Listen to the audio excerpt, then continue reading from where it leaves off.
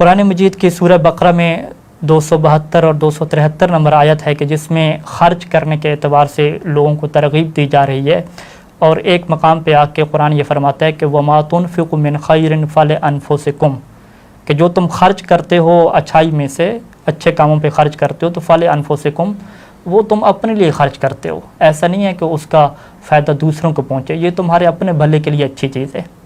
وَمَا تُنْفِقُونَ إِلَّا ابْتِغَاءَ وَجْهِ اللَّهِ، اور جو تم خرچ کرتے ہو فقط اللہ کی رضا کے لیے کرتے ہو۔ وَمَا تُنْفِقُ مِنْ خَيْرٍ، اور یاد رکھو جو بھی تم خرچ کرو گے يُوَفَّى إِلَيْكُمْ، وہ تمہیں واپس بھی کیا جائے گا۔ وَأَنْتُمْ لَا تُظْلَمُونَ، تمہارے اوپر کوئی ظلم اور زیادتی نہیں کی جائے گی۔ یہ نہ سمجھنا کہ ہم نے اتنا کمایا ہے، اتنی کوشش کی ہے، محنت کی ہے، پھر ہم دین کے راستے پہ خرچ کر دیں، نہیں، قرآن نے کہا کہ اس کا تمہیں فائدہ ہے، تم اللہ کے لیے خرچ کر رہے ہو، جو تم خرچ کر رہے ہو وہ تمہیں واپس دیا جائے گا۔ اور پھر یہ کون سے اخراجات ہیں؟ للفقراء، یہ ان فقراء کے لیے ہیں الذین احصروا فی سبیل اللہ، کہ جو فقیر کیوں بنے ہیں، کیوں فقیر بنے ہیں؟ قرآن کہہ رہا ہے کہ احصروا فی سبیل اللہ، چونکہ وہ اللہ کے راستے پہ محصور ہو چکے ہیں، وہ اللہ کے راستے میں پھنس چکے ہیں، اس طریقے سے محصور ہوئے ہیں کہ لا یستطیعون ضربا فی الارض، کہ اب وہ زمین کے اندر چل پھر کر اپنی کمائی بھی نہیں کر سکتے، استطاعت ہی نہیں رکھتے۔ سبیل اللہ ان کو جو ہے وہ اللہ کے راستے میں وہ اپنے آپ کو محصور کر چکے ہیں۔ یحسبهم الجاہل اغنیاء من التعفف، اگر امیر لوگوں کو دیکھیں تو وہ ان کو گمان کرتے ہیں اور یہ سمجھتے ہیں کہ اغنیاء یہ تو بڑے پیسے والے لوگ ہیں، من التعفف، کیونکہ ان کی عفت اور پاک دامنی کو دیکھتے ہیں۔ تعرفهم بسیماہم، اور قرآن یہ کہہ رہا ہے کہ آپ ایسے فقراء کو ان کی نشانیوں سے پہچان لو گے۔ لا یسألون الناس الحافا، اور اس کی بنیادی نشانی کیا ہے کہ وہ لوگوں سے لپٹ کر سوال بھی نہیں کرتے۔ اب قرآن مجید کیا کہتا ہے کہ وما تنفقوا من خیر، جو بھی تم اچھائی کے لیے خرچ کرو گے تو اللہ اس کو جاننے والا ہے، وہ ضائع نہیں ہوگا۔ اب یہاں پہ قرآن نے بنیادی تصور ہمارے سامنے یہ رکھا کہ الذین احصروا فی سبیل اللہ، کہ وہ لوگ جو اللہ کے راستے پہ محصور ہو جاتے ہیں پھر وہ کمانے کی قدرت اور صلاحیت نہیں رکھتے۔ اگر وہ زمین میں چل پھر کے کمائیں گے تو پھر اللہ کا راستہ چھوٹ جائے گا۔ کیا قرآن اور حدیث کی تعلیم کو حاصل کرنا، کیا محمد و آل محمد کے علوم کو حاصل کر کے اس کے ذریعے سے مکتب تشیع کا دفاع کرنا، اسلام کا دفاع کرنا، علوم محمد و آل محمد کو دنیا میں پھیلانا، دنیا کی ہر مشکل کو حل کرنا، کیا یہ اللہ کا راستہ نہیں ہے؟ اگر یہ اللہ کا راستہ ہے تو جو اس میں محصور ہو چکے ہیں کیا وہ اس آیت کے مصداق نہیں بنتے؟ المیزان تفسیر، الامثل تفسیر، اس میں اٹھا کے دیکھ لیں، سب لوگوں نے لکھا کہ جو طالب العلم ہوتا ہے، جو علم کے راستے میں اپنے آپ کو محصور کر لیتا ہے، اسے احصروا فی سبیل اللہ کہا جاتا ہے، کہ ایک ایسا فرد کہ جو اللہ کے راستے پہ محصور ہو چکا ہے، اب وہ کچھ کما نہیں سکتا۔ اگر ہم روایات کی طرف آ جائیں تو روایات میں ایک مشہور روایت تھی کہ جس میں یہ بات موجود تھی کہ جو اپنے علم کی وجہ سے کھاتا ہے وہ افتقرہ، وہ محتاج ہو جاتا ہے۔ شیخ صدوق علیہ الرحمہ نے کتاب لکھی معانی الاخبار،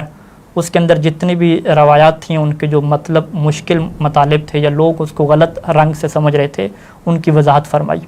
اس میں سے ایک روایت یہ بھی ہے کہ حمزہ بن حمران امام صادق علیہ السلام کے پاس آ کے یہ کہتا ہے کہ وہ کہتا ہے کہ میں نے امام صادق علیہ السلام سے یہ بات سنی کہ یقول من استأکل بعلمہ افتقرا فقلت له جعلت فداک ان فی شیعتک وموالیک قوما یتحملون علومکم۔ اس نے امام سے یہ فقرہ سنا کہ من استأکل بعلمہ، کہ جو اپنے علم کی وجہ سے کھائے گا، اپنے علم کی وجہ سے لوگوں سے مانگ کے کیا کھائے گا، یا کچھ بھی آپ اس کے معنی کر لیں۔ استأکل ایک مطلب ہے عقل کو طلب کرنا، کھانے کو طلب کرنا، لیکن اس کا سبب کیا؟ علم ہو، یعنی اپنے علم کی بنیاد پہ وہ کھا رہا ہے تو افتقرہ، تو امام نے کہا کہ وہ محتاج ہو جائے گا، درست نہیں ہے۔ تو اب راوی کہتا ہے کہ میں نے امام سے پوچھا کہ میں قربان ہوں آپ پہ کہ ان فی شیعت ہے، کیا آپ کے شیعوں میں سے کچھ لوگ ہیں، وہ موالی کا، آپ کے چاہنے والے لوگوں میں سے قومن، ایک قوم ایسی ہے۔ اب وہ قوم کون سی ہے؟ سنیے گا، یتحملون علومکم، وہ آپ کے علوم کو اٹھائے ہوئے ہیں، یعنی اس قوم نے آپ کے علوم کو حاصل کیا ہے، یعنی علماء لوگوں کے، فقہا لوگوں کے۔ وَيَبُثُونَهَا فِي شِيعَتِكُمْ، اور آپ کے علوم کو آپ کے شیعوں میں پھیلاتے ہیں وہ لوگ۔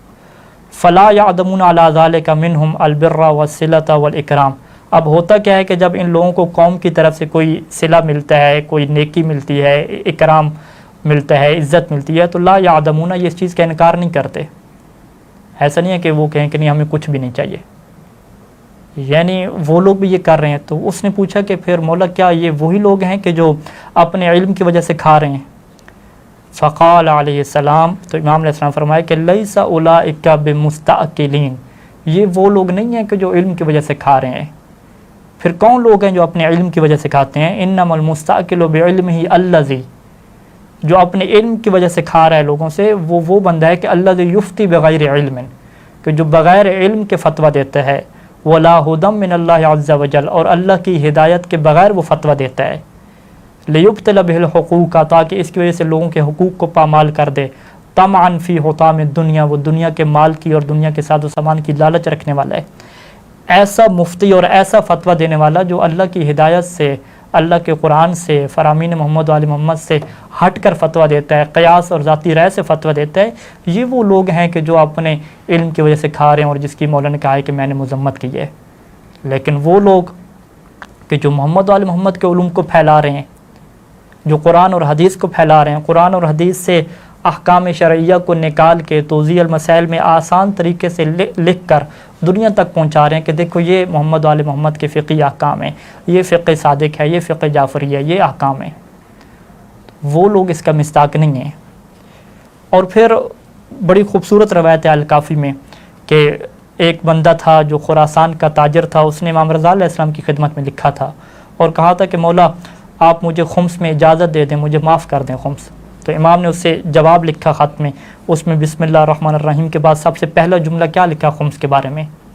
کہ ان الخمس عوننا علی دیننا، کہ یہ جو خمس ہے یہ ہمارے دین کے لیے تمہاری مدد ہے،